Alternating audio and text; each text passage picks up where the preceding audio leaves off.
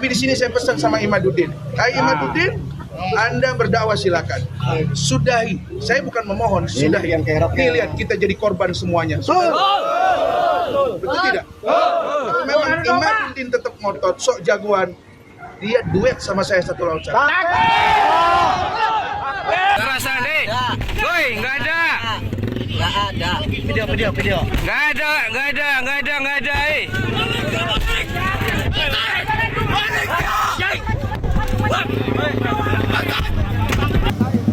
Si mati tuh dalamnya. Kang, maju dikit Kang, maju dikit.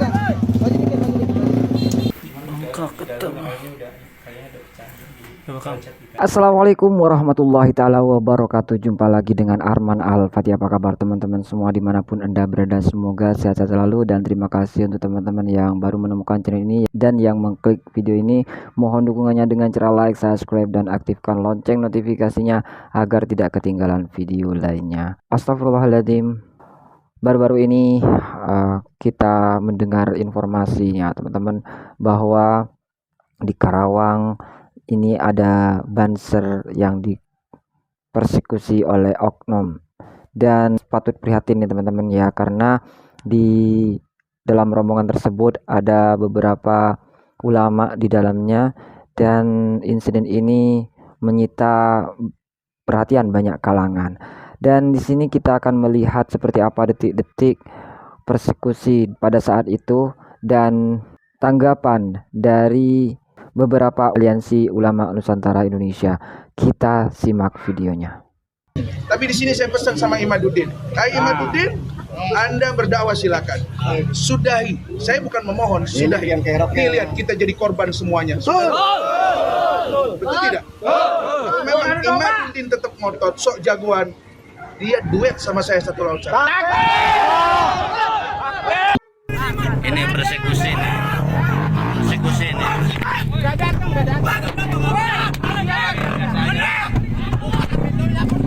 Pintu angkat. Tutup. Tuh Bagus Mogi di Karawang. Tolong persekusi itu Bagus Mogi di Karawang.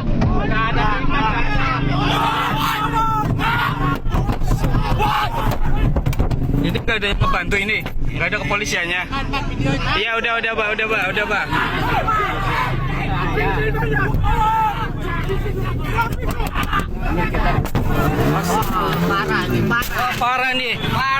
Parah.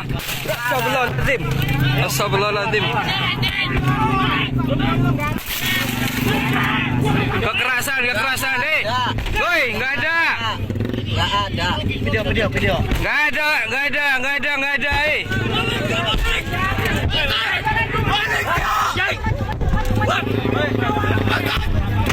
Persekusi. Polisi. Nggak ada Pak. Panitia, tolong telepon panitia Ustaz. Pak Ji, tolong telepon panitia Pak Ji.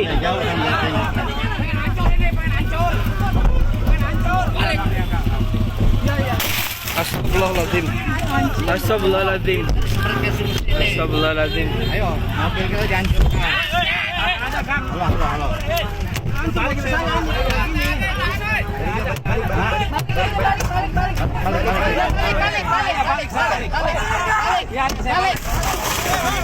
Balik.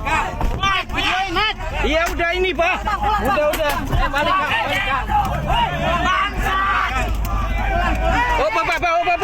Oh Bang. Oh. Balik. Di video Kang, video. Iya udah. Enggak ada. Udah Bang, pulang Bang. Tabrak aja, tabrak.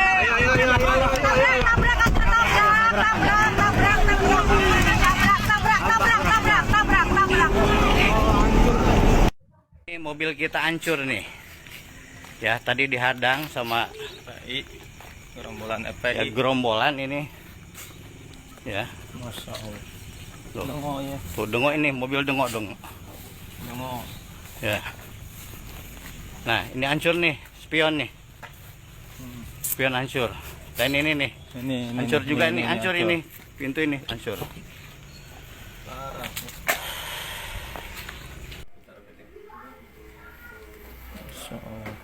Luka aja itu. Bengkak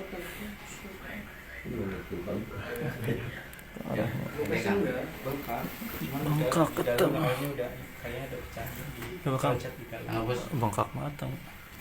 Bismillahirrahmanirrahim. Assalamualaikum warahmatullahi wabarakatuh. Waalaikumsalam warahmatullahi wabarakatuh.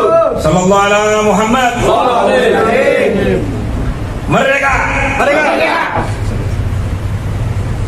Bismillah, bismillahi masyaallah, la haula wala quwata illa billahil aliyil azim. Hari ini pada hari Minggu tanggal 11 Agustus, di saat seluruh warga negara Indonesia untuk menyambut kemerdekaan tapi ternodanya pada tanggal 10 Agustus malam di Cikarang, di wilayah Polres Cikarang, Rengas Dengklok Kerawang. Ada insiden yang sangat menusuk kalbu kita sebagai manusia yang punya nurani. Sudah ada logonya NU, Nahdlatul Ulama, sebagai ormas terbesar di tanah air, dan juga ada baju sahabat Banser. Bukan malah dilerem, malah dipukuli, dihajar habis sampai benjut tidak karu-karuan. Di mobilnya Kiai Rois Suriah NWCNU Cikarang Utara itu ada logonya Pak, logo NU. Itu malah dihancurkan gitu. Lah, yang nyerang ini apakah orang Indonesia tapi mentalnya mental komunis? Kita tidak tahu. Tetapi tanda-tanda bahwa orang yang nyerang kiai, nyerang ulama, nyerang sahabat Banser, ini propagandanya, pokal gawinya cara-cara komunis. Nah, maka dari itu kami dari Aliansi Pecinta Ulama Nusantara, kemudian ada Yai Yusuf, beliau Dewan Penasehat di Jamaah Wali Songo Indonesia, Jamaah Wali Songo Nusantara, kemudian beliau ketua umumnya Yai Munawir. Nah, di sebelah kanan saya ini ketua BKN DKI bersama teman-teman mahasiswa, dan di sebelah kiri saya ini, ya Allah, kemarin bersama kita sama Yai Sarif, yaitu Bagus Mogi. Nanti beliau akan cerita sebelum kami memberikan pernyataan sikap terkait insiden pengeroyokan dan pengerusakan terhadap Kiai NU dan sahabat Banser.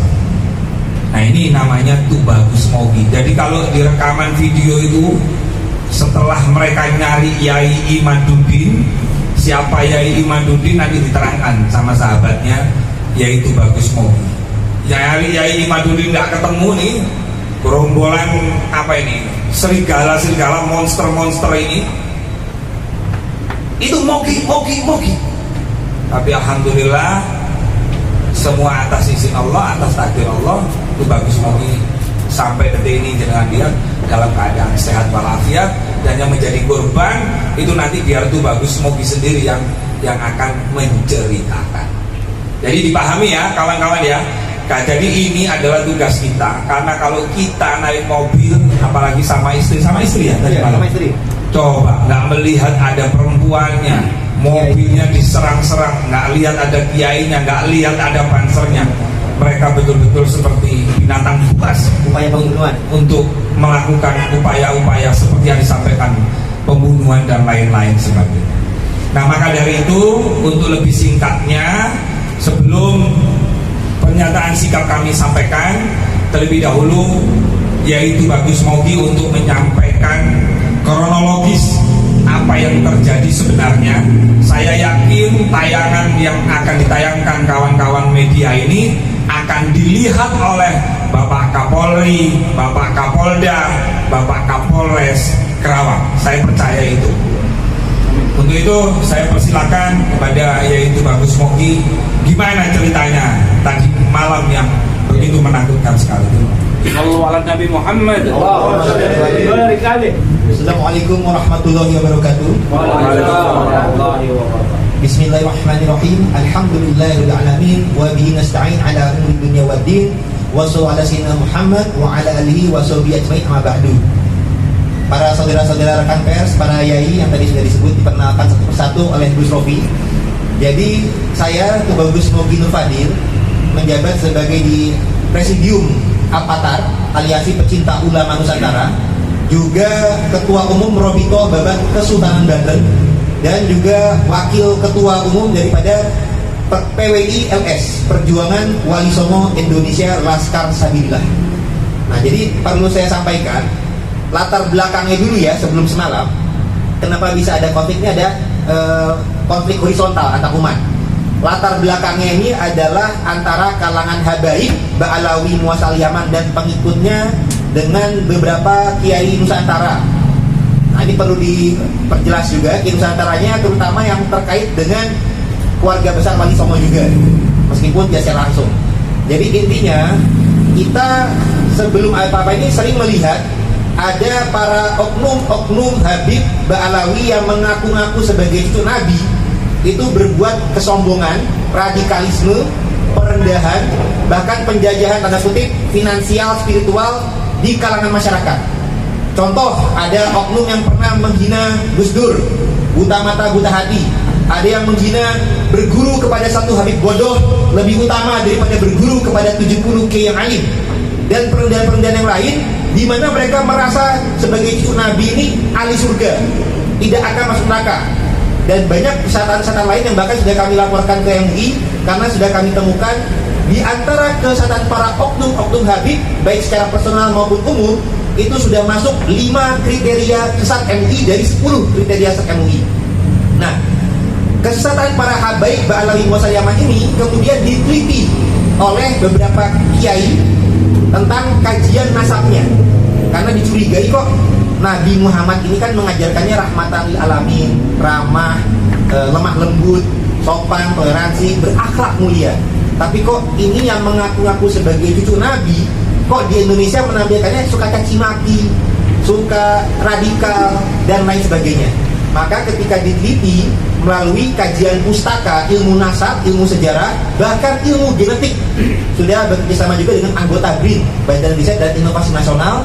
Bahkan di bulan Agustus tahun lalu sudah diseminarkan di UIN Syarif Hidayatullah, yang kemudian tanpa memaksakan ya, tapi secara kajian ilmiah itu bagi para peneliti, terutama Kiai Imadul Usman Al-Bantani yang menuliskan sebuah tesis bahwasanya nasab atau silsilah para Habib Ba'alawi Muasal Yaman tidak tersambung kepada Nabi Muhammad Sallallahu Alaihi Wasallam sebagaimana klaim pengakuan mereka, sehingga tentunya ini menjadi suatu hal yang bagi mereka membuat kepanasan.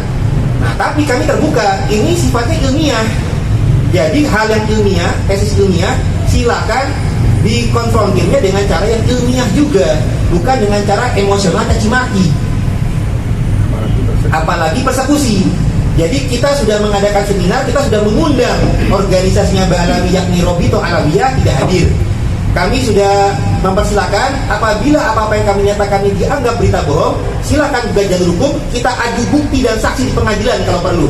Jadi kami siap dikonfrontir dengan kajian ilmiah berupa, kalau Kiai Mas sudah membuat buku dan kitab, kita siap mengcounternya dengan adu kitab, adu hujah, lewat seminar maupun lewat pengadilan. Karena ini sifatnya ilmiah, bukan sesuatu hal yang sifatnya emosional. Dan Indonesia ini sudah dilindungi undang-undang. Kita memiliki hak pasal 28 itu untuk menyampaikan pikiran dan pendapat kita, dan ini adalah kajian ilmiah sehingga dilindungi undang-undang. Dan kita harus toleransi. Orang percaya sama Habib Tuhan Nabi silakan, yang nggak percaya juga silakan. Tapi penelitian ini sebagai bentuk kritik buat Yao yang belum tentu benar, jangan sok benar, jangan merendahkan yang lain, jangan merendahkan kiai, jangan melakukan perendahan kepada pribumi. Nah, karena mereka banyak melakukan perendahan tersebut, ini menjadi hal yang rawan. Dan tadi malam ini. Baik, sekarang kita lanjut ke tadi malam. Intinya karena di publik ada tokoh-tokoh yang sudah bersuara tentang masalah kajian ilmiah ini, kalau misalkan saudara-saudara sekalian juga menyaksikan di YouTube, terutama ada Kiai Imadil Usman, ada saya Bagus Mobil Fadil, bahkan beberapa tokoh juga sudah berbicara, Kiai Syarif ada Suka, Kiai Said Akil Siroj, kemudian bahkan Kiai Yusuf, Profesor Mahfud MD pun juga sudah bersuara, Romani Lama pun juga sudah bersuara, anggota RI dari DPR RI dari Nasdem, Bu Irma juga sudah bersuara, Kiai Munawir dari MUI juga sudah bersuara. Jadi ini sebenarnya sudah mulai viral dari tahun lalu. Nah, cuman ini saya jelaskan sedikit bagi yang mungkin masih awam. Nah, intinya ada tokoh-tokoh yang sudah menjadi incaran, dan para kiai-kiai yang sudah sepakat dengan kita itu membentuk berbagai organisasi. Di antaranya ada Perjuangan Wali Songo Indonesia, Laskar Sabilillah, ada juga Jamiah Wali Songo Nusantara atau Jawara, dan lain sebagainya. Jadi sudah membentuk organisasi sebagai wadah untuk memperkuat kekuatan ya. Karena kan apabila kita jalan sendiri masing-masing, bagaikan lidi mudah dipatahkan. Jadi dibentuk suatu wadah untuk memperkuat. Nah, jadi rencana awal tadi malam itu adalah kita undangan dari Kiai Junaid Al-Baghdadi, salah satu ulama dan tokoh kasepuhan di Kerawang, Jawa Barat. Nah, beliau juga didapuk menjadi kasepuhan daripada organisasi PWI, Perjuangan Wali Songo Laskar Sabilillah Nusantara, yang nanti malam tanggal 11 Agustus akan mengadakan pelantikan PWI di Komplek Makam Syekh Kuro Kerawang. Nah, untuk persiapan menuju acara nanti malam itu para anggota PWI biasa melakukan musyawarah di pesantrennya Kiai Asep di Rengas Dengklok Kerawang, pesantren Mandau Hulu namanya. Nah, itu sudah ada biasa-biasa musyawarah. Nampaknya musyawarah ini sudah diketahui oleh anggota, saya langsung jelaskan saja, FPI, karena saya punya buktinya. Jadi anggota FPI itu sudah mengetahui atau ya para pendukung Habib, mungkin ada FPI yang masih struktural atau organisatoral, saya kurang tahu ya.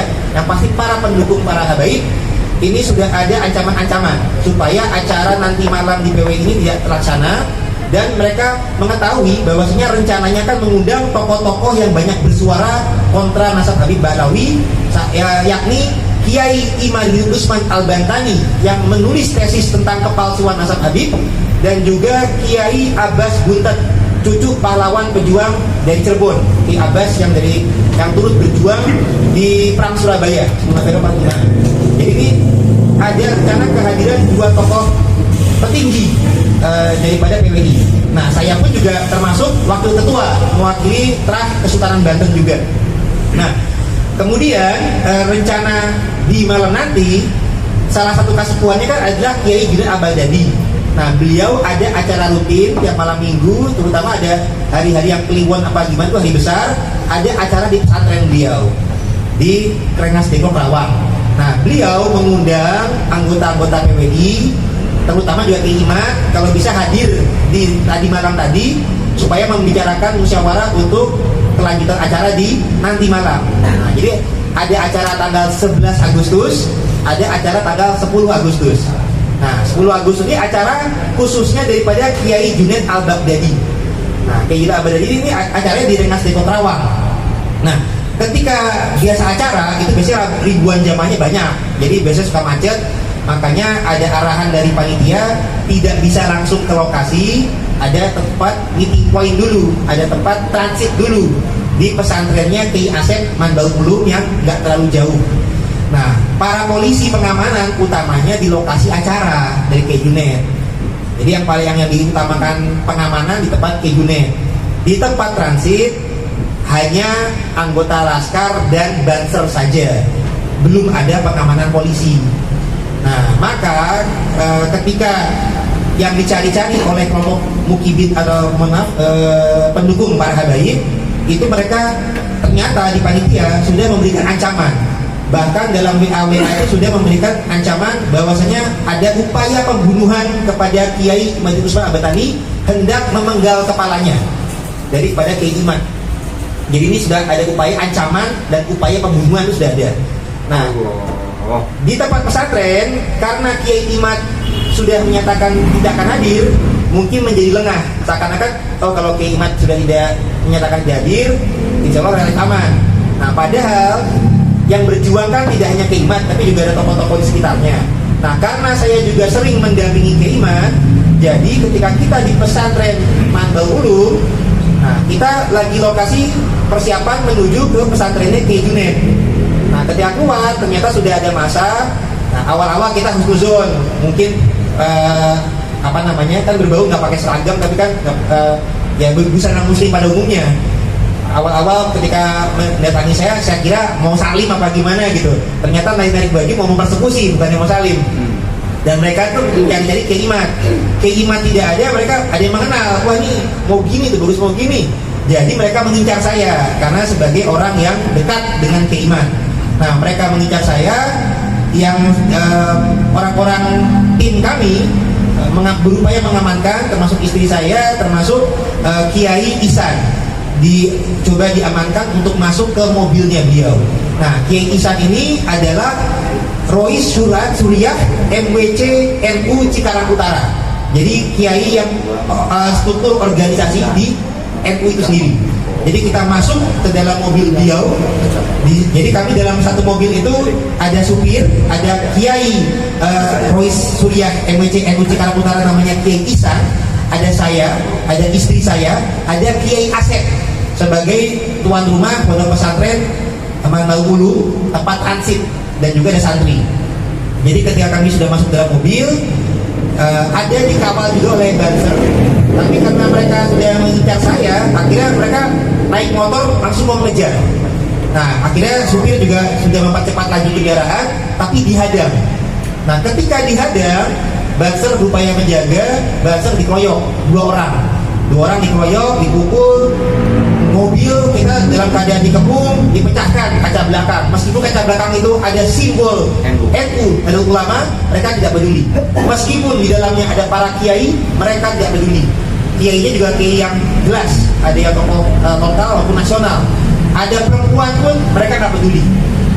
Ada jelas-jelas yang mendampingi berjaket banser, orang banser resmi, yang mana NU dan banser ini adalah orang-orang yang berjasa membesarkan para habaib. Ini mereka tidak peduli, mereka malah merendahkan dan mereka malah menzalimi atau mencederai. Jadi bahkan orang-orang ketika itu sudah memecahkan kaca, bahkan juga memukul dengan helm kepada Kiai Ihsan itu, kacanya pecah, kacamata dulu, kacamata saya pecah. Kalau ada bukti di lapangan. Ada. Terutama juga yang banser juga remah lebam. Kalau saya alhamdulillah selamat, nggak ada masalah. Dan orang-orang itu juga sudah teriak bakar mobilnya, hancurkan. Jadi ada betul-betul upaya pembunuhan. Nah, akhirnya kita putar balik kita kembali ke arah pesantren, langsung tutup pintu, para santri dijaga-jaga dan panggil polisi. Jadi intinya kepolisian alhamdulillah sudah segera datang mengamankan. Memang ini menjadi pelajaran juga bagi tokoh-tokoh yang mengundang para penceramah yang terkait dengan perjuangan nasab. Keamanan ini ditingkatkan tidak hanya di lokasi acara, tapi di tempat transit ini juga harus diamankan juga steril. Nah, jadi utamanya kronologi seperti itu. Ini tindakan yang sungguh kami rasa biadab, karena ini Indonesia adalah negara yang mengedepankan toleransi. Semua punya kebebasan berpendapat, punya kebebasan masa keyakinan, dan kita tidak memaksakan. Ada yang mau percaya Habib silakan, tapi ya jangan memaksakan. Sampai-sampai kalau nggak percaya, jangan sampai menganggap halal darahnya. Ini sama saja dengan takfiri, mengkafirkan orang yang tidak sesuai dengan kepercayaan orang lain dalam satu agama Islam. Dan itu sudah masuk kriteria, salah satu kriteria SAT MUI. Dan kalau kami lihat sebenarnya mereka sudah ada 5 sampai dengan 5. Tapi yang tadi malam itu adalah salah satunya. Karena mereka sudah menghalalkan darah sesama umat Islam. Bahkan kiai dan banser pun mereka tidak pandang bulu. Mereka adalah anarkis. Hanya berbeda pandangan saja yang tidak substansial, tidak masuk rukun iman, tidak masuk rukun Islam. Karena percaya kepada Habib bukan rukun iman. Rukun iman tetap 6. Jadi kalau mereka menganggap percaya kepada Habib juga bagian dari rukun iman, artinya mereka menambah-nambahkan rukun iman. Nah, itu juga sesat juga kalau seperti itu. Jadi intinya kita prihatin, tapi kami tidak shock. Jadi meskipun ada Habib yang menyampaikan akan memberikan shock terapi seperti saat ini, kami tidak shock, kami akan tetap semangat. Dan juga bukti keterlibatan oknum Habib, karena di situ mereka menyampaikan juga dari FPI. Kemudian buktinya adalah ketika kami dipersekusi, ada yang rekam dan langsung disiarkannya di YouTube channel Sayyid Bahar Smith Official. Jadi ini membuktikan memang ada konspirasi dari kalangan Oknum Habib, karena mereka sudah terstruktur, terencana, mengetahui tempat lokasi kami ngumpul, mereka langsung sweeping, persekusi, mencari-cari Kiai, bahkan sudah upaya pembunuhan, karena sudah ngomong bakar mobil, hancurin, bukannya sekedar supaya demo, bukan, karena kami tidak ada ceramah nasab, bukan, kami sekedar undangan menghadiri acara undangan agama, acara haul dari Syekh Kiai Junaid Al-Baghdadi.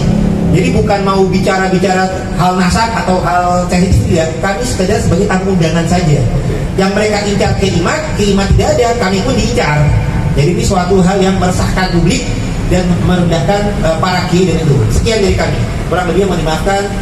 Assalamualaikum warahmatullahi wabarakatuh. Itu bagus. Tadi kan bilang ada salah satu channel YouTube ya yang nayangkan. Iya. Sipsi itu live apa gimana itu? Begini. Coba sampein ke sini biar jelas. Nah ini linknya. Tanyakan jadi biar. Terakhir ya pertanyaannya ini ya. Terus pernyataan sikap. Ya. Ini untuk Kiai Bagus. Itu pas katanya kan ada oknum Habib yang terlibat ya. Nah itu katanya ditayangkan di channel YouTube-nya tersebut. Nah itu saat itu benar-benar dari awal apa live seperti apa gitu? Yang jelas itu paling awal karena Baik, kalau untuk masalah live atau tidak saya cek kembali. Yang jelas itu paling awal karena ketika ada kejadian tersebut kami di lokasi itu tidak langsung mempublikasikan. Kita rencananya mau arahan dulu, komunikasi dulu dengan polisi. Nah tapi sebelum arahan dengan polisi, ternyata video yang menshoot dari luar itu sudah disiarkan lebih dulu oleh Sayyid Bahar bin Official Smith, channel YouTube Sayyid Bahar bin Smith Official. Artinya bukan dari pihak kami yang mengajukan persekusi kami, tapi ini perekaman dari luar, perekaman dari pihak persekusi. Jadi ada rekamannya dari luar mobil, dari pihak persekusi, dan langsung ditayangkan oleh Sayyid Bahar bin Smith Official channel YouTube. Kalau masalah live atau tidak, karena saya jadi korban, nanti saya cek lagi. Yang pasti jelas ini bukan dari pihak kami, karena direkamnya dari luar. Nggak mungkin pihak kami itu, karena kami lagi dalam mobil. Ini perekaman dari luar oleh pihak mereka, dan juga langsung disiarkan pun langsung di YouTube channelnya Habib, Oknum Habib. Ya, kami pertegas. Demikian. Oke, ya teman-teman nanti tanya jawabnya nanti bisa ke Yai Munawir, ada Yai Yusuf. Nah selanjutnya kami ingin membacakan pernyataan sikap. Pernyataan sikap Aliansi Pecinta Ulama Nusantara sebagai berikut.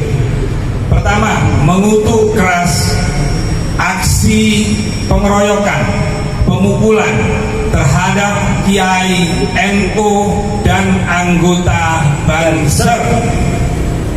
Dua, meminta kepada aparat kepolisian, dalam hal ini Kapolri, Bareskrim Polri, Polda, Kapolda Jawa Barat, kemudian Kapolres Kerawang, karena di tahun-tahun politik ini semua masyarakat butuh ketentraman, kenyamanan, dan kedamaian. Untuk itu kami minta kepada beliau-beliau untuk menangkap pelaku, mengusut tuntas, dan mengusut siapa yang menyuruh dan siapa dalang dibalik pengeroyokan tersebut. Nomor tiga, menghimbau kepada seluruh masyarakat Indonesia, khususnya warga Nahdliyin yang cinta akan kedamaian, untuk menyerahkan sepenuhnya kasus tersebut kepada pihak berwajib, menyerahkan sepenuhnya kepada pihak berwenang agar hukum tetap tegak sekalipun langit itu runtuh. Demikian pernyataan sikap ini dibuat. Kami dari Barisan Kesatria Nusantara, dari Jamaah Wali Songo Nusantara Jawara, kemudian dari PWI Perjuangan Wali Songo Indonesia, dan kemudian dari BKN DKI Jakarta, dan juga dari Robito Babat Kesultanan Banten. Demikian teman-teman pernyataan sikap dari kami, dan mohon untuk diperhatikan serta ditindaklanjuti. Saya kira itu teman-teman, kalau ada pertanyaan silakan tanya ke Yai Yusuf boleh. Nah, kalau berkaitan masalah channel tadi yang disampaikan oleh beliau, biarkah itu polisi, wewenangnya polisi ya untuk mengusut kasus tersebut. Monggo Yai Munawir, monggo silakan yang tanya. Assalamualaikum warahmatullahi wabarakatuh. Waalaikumsalam. Bismillahirrahmanirrahim. Alhamdulillahirabbil alamin wassalatu wassalamu ala sayyidina Muhammadin wa ala alihi washabihi ajmain. Amma ba'du.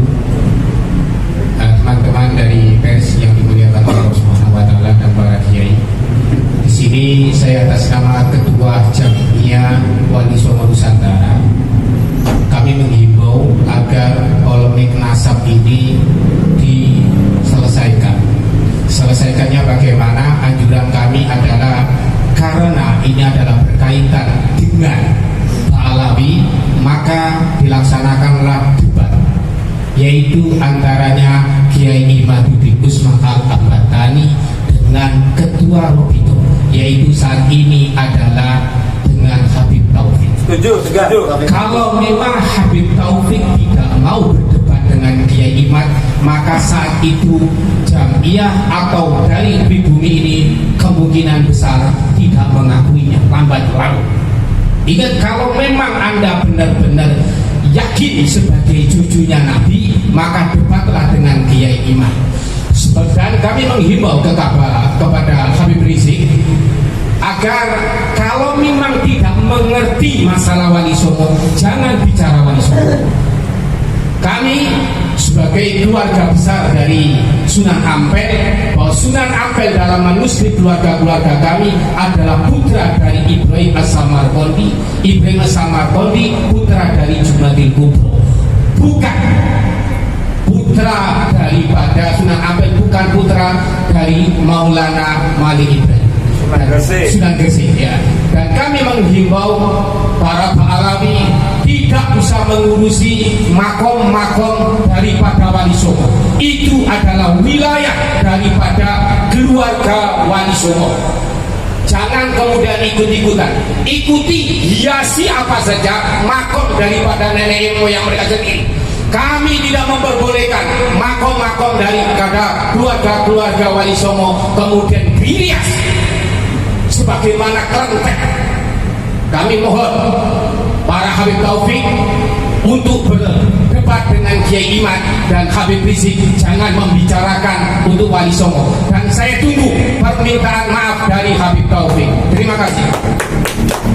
Oke, teman-teman, nah ini terakhir, monggo Yai Yusuf Betawi, silakan Yai melihat fenomena yang terjadi sekarang ini.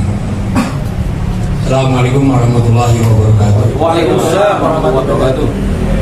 Saya melihat fenomena yang terjadi akhir ini masih berkaitan dengan ada satu kelompok yang merasa nasabnya lebih unggul dari kelompok lain. Padahal sesungguhnya di Al-Quran jelas, koridornya jelas, barometernya jelas, bahwa kemuliaan seseorang bukan dari nasab. Ya Yohanes, inna khalaqnakum min dzakarin wa untha wa ja'alnakum syu'uban wa qabaila lita'arafu inna akramakum 'indallahi atqakum.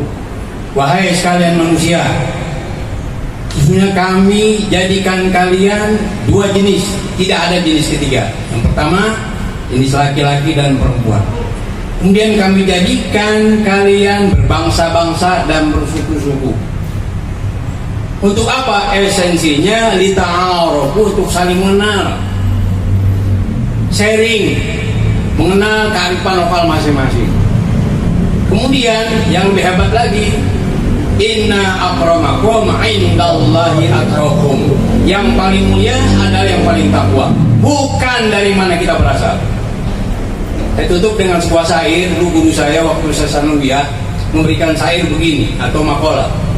Kunibna man syi'ta waqtasib adaban yakfika mahmudu anin nasabi.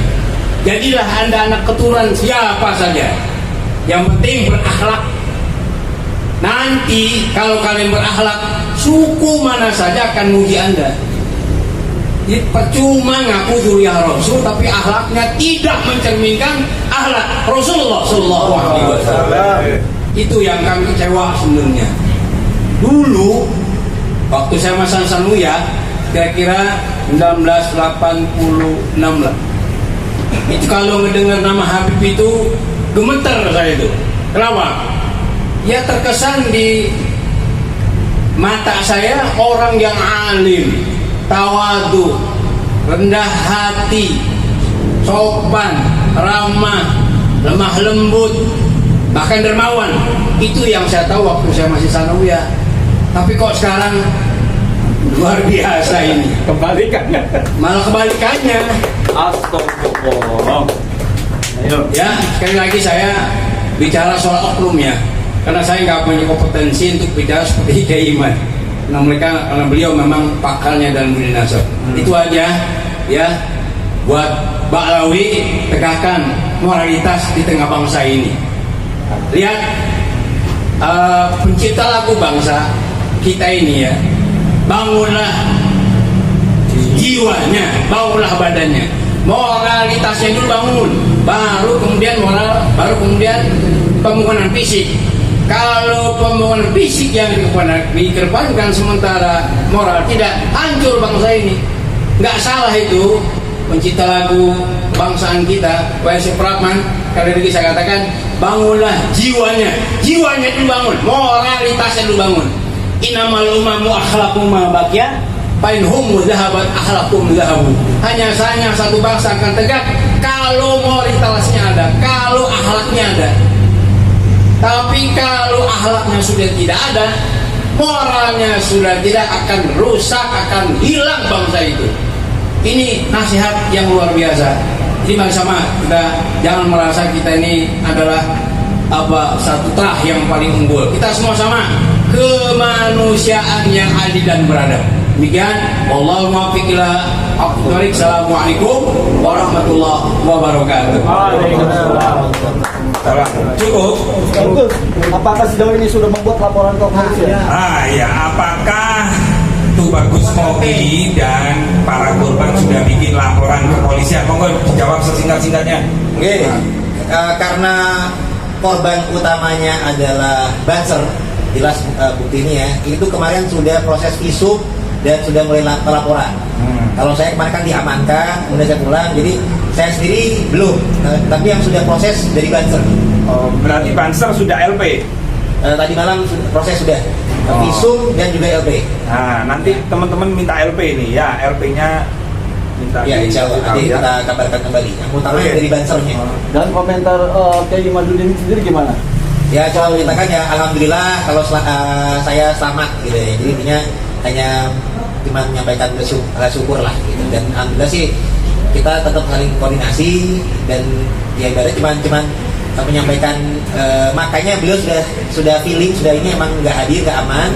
Tapi kan saya juga tetap berupaya tidak mau mengecewakan panitia yang mengundang, maka saya wakili.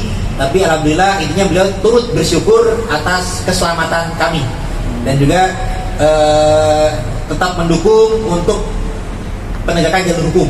Ini karena maksudnya mungkin yang ditanyakan teman, ini ketika Banser dianiaya sampai babak belur, bagaimana pandangan Yai Iman? Jadi tidak hanya menyangkut jenengan gitu loh, Yai itu Bagus. Oke, ya Kiai Iman prihatin, turut prihatin dan mempertanyakan. Saya sudah sampaikan dari Banser sudah proses dan insya Allah juga sudah ada kabar LBH Ansor Banser Pusat pun insya Allah akan ikut turun beratensi pada hari ini. Oh, seralah Muhammad. Ya. Karena Kiai Imaduddin sendiri tadi ada ancaman pembunuhan penggal kepala. Ya. Dan berarti di sana ada sikap untuk mengamankan dan kepolisian di rumah. Ya, jadi gini, yang karena informasi tersebut adalah untuk Kiai Iman. Jadi ketika Kiai Iman ini dinyatakan tidak hadir, ada kelengahan pengamanan kepada yang anggota atau relasi Kiai Iman yang lain, sehingga karena dianggapnya Kiai Iman nggak hadir, ya mungkin agak lengah pengamanan. Tapi yang pengamanan tetap kuat di daerah lokasi acara.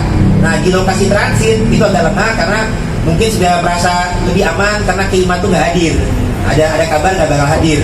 Nah, tapi ketika saya datang, di mana saya juga orang yang dekat dengan Kiai Iman, saya pun ternyata ikut diincar untuk upaya pembunuhan tersebut, kurang lebih seperti itu. Jadi bagaikan Imam Ali dengan Nabi Muhammad, yang utama dicari Muhammad, tapi kan sempat juga ini pada Imam Ali. Apa mau melaporin juga channel YouTube yang satu itu yang itu masih perlu musyawarah dulu dengan pengacara. Yang pasti kita akan diskusikan dengan pihak pengacara kami atau pihak penasihat hukum mana-mana saja yang perlu dirikan. Yang penting kita akan tempuh jalur hukum yang paling mudah untuk bisa penegakan keadilan. Dan juga perlu kami sampaikan, meskipun ini seakan-akan seperti shock terapi, tapi kami tidak shock. Kami tetap semangat. Semangat. Merdeka. Karena ini adalah di momen bulan Agustus, bulan kemerdekaan, kita akan merdeka di negeri sendiri, tidak terpengaruh oleh gerakan radikalisme, terorisme, bahkan ini mirip-mirip bayangan komunisme. Kami tidak gentar. Kami akan terus berjuang menegakkan kebenaran dan keadilan. Merdeka! Merdeka! Mari Bung rebut kembali, yo! Gimana Mas Johan, gimana? Masih ada? Jadi Munawir? Ya. Saya juga kan maksudnya salah satu perwakilan dari MUI juga. Melihat kejadian semalam itu seperti Bagus Bobi bilang bahwa di dalam itu ada kiai nasional dan juga kiai setempat yang diancam, maksudnya terancam. Nah, sikap dari MUI apakah sudah di? Sementara ini sikap dari MUI belum ada, karena memang itu adalah ranahnya MUI. Kalau di komisi saya adalah memang ngurusi aliran yang menyimpang, aliran sesat. Jadi ini adalah memang domainnya NU, bagaimana bangsa dan bagaimana NU menyikapi. Cuma Jamiah Wali Songo, Nusantara atau PWI itu kan merupakan yang bermuara juga kepada NU. Jadi tapi untuk masalah polemik nasab ini sudah ada pihak-pihak yang ke MUI, saya dengar itu, tetapi yang tidak ditanggapi. Sebagaimana Pak Sekjen itu dalam pertemuan pernah mengatakan bahwa kemuliaan sebagaimana yang dikatakan oleh Kiai Yusuf tadi, inna akramakum indallahi atqakum. Dan ini yang memang harus kita gaungkan terus. MUI nggak ada itu kemuliaan itu mono karena Habib itu nggak ada. Dan ini saatnya tahun 17 Agustus 2025 kemuliaan itu adalah ada di ketakwaan. Jangan tertipu dengan masalah nasab. Itu, terima kasih. Sudah ya? Cukup ya? Cukup ya? Oke. Baik kawan-kawan media, terima kasih.